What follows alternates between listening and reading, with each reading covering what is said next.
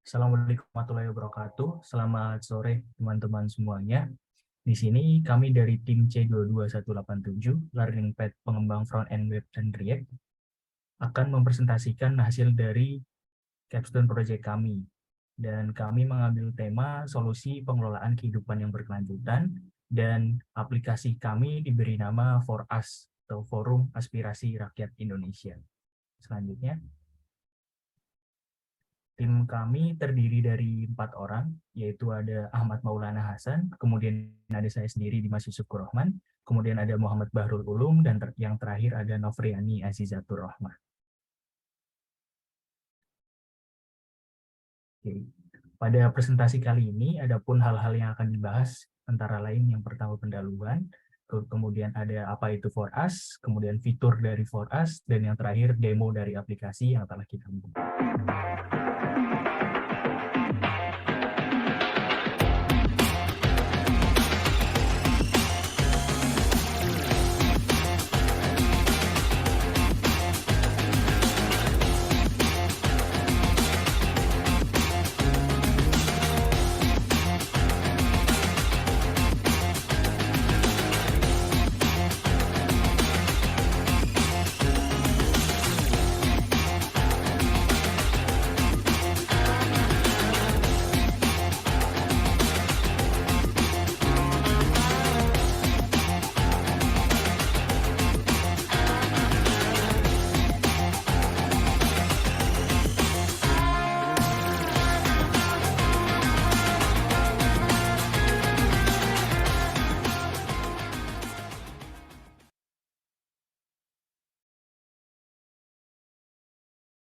Dapat disimpulkan dari video yang telah diputar bahwa kita mempunyai hak atas kebebasan berpendapat, akan tetapi kita berpendapat pun harus mempunyai tanggung jawab pada pendapat kita. Kemudian dari aplikasi yang kami telah buat, yaitu ada latar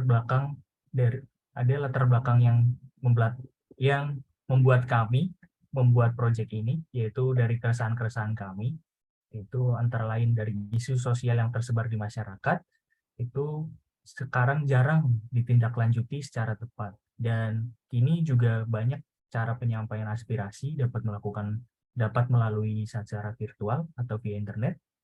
Dan dari aplikasi yang telah kami buat ini, akan menjawab pertanyaan-pertanyaan yang antara lain bagaimana masyarakat lebih mudah menyampaikan pendapat agar tersampai ke pemerintah, kemudian bagaimana cara meminimalisir hoax, dan yang terakhir bagaimana cara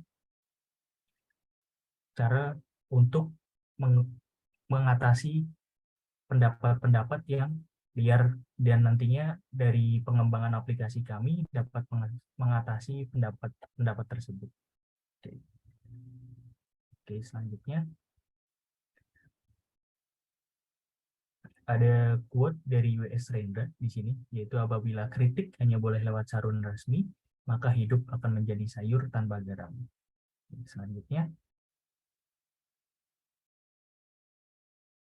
untuk selanjutnya akan dijelaskan oleh Mas Ulum. Untuk Mas Ulum dipersilahkan. Baik, selanjutnya apa sih aplikasi Foras itu? Aplikasi Foras merupakan sebuah website di mana setiap orang bebas mengemukakan pendapatnya mengenai isu-isu ataupun permasalahan sosial yang mereka alami, sehingga dari institusi akan lebih mudah untuk mengetahui keresahan para warganya. Jadi, dalam aplikasi ini, pengguna dapat menyampaikan aspirasinya, kemudian institusi terkait dapat menerima dan membacanya, sehingga aspirasi dapat tersampaikan dengan baik. Selanjutnya, beberapa kelebihan dari aplikasi For Us. Yang pertama, yaitu kemudahan dalam menyampaikan aspirasi. Kemudian juga aspirasi dapat tersampaikan ke institusi terkait secara langsung.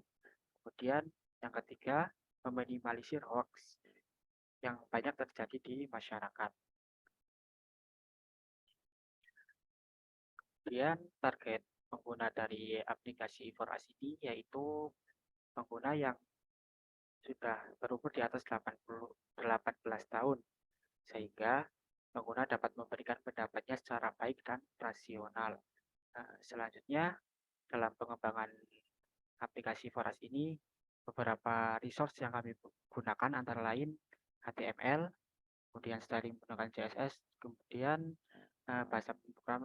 bahasa pemrograman menggunakan JavaScript, kemudian ada React, yaitu library untuk membangun UI, kemudian NPM, library untuk mengelola package, Node.js, aplikasi server side yang real-time dan scalable, dan juga ada Mock API untuk membuat API sementara dalam tahap pengembangan.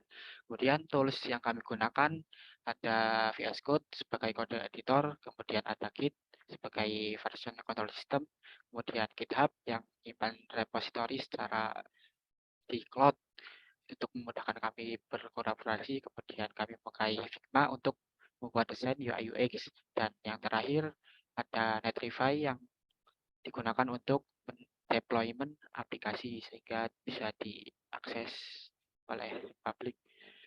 Selanjutnya akan dijelaskan oleh Mas Ahmad Maulana Hasan. Silahkan. Adapun fitur yang ada pada aplikasi Foras ini diantaranya menempatkan login, get argument, search argument, dan comment argument.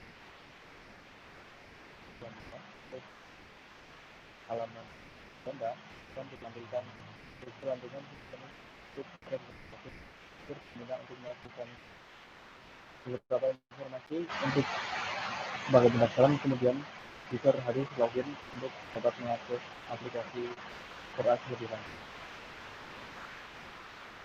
Kemudian pada halaman beranda akan ditampilkan beberapa komponen yang akan kita tambah. Tombol buat aspirasi untuk membuat aspirasi, beberapa aspirasi yang telah disampaikan sebelumnya, lagi untuk referensi pembuatan aspirasi dan juga fitur pencarian.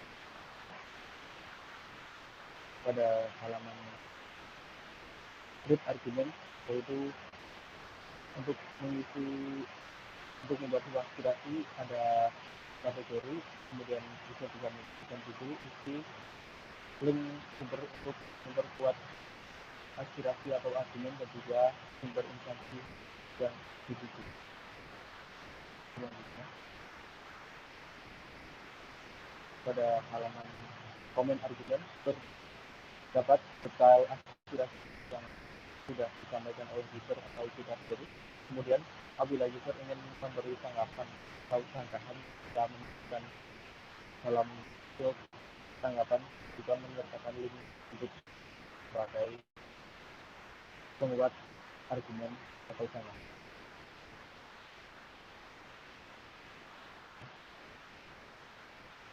Untuk selanjutnya akan disampaikan oleh Mbak Nini. Selanjutnya itu ada pengembangan fitur. Yang pertama ada profile page untuk melihat informasi user. Yang kedua ada download dan upload aspirasi. Yang ketiga ada trending argument untuk melihat trending argument. Yang keempat ada report argument untuk melaporkan argumen yang tidak sesuai.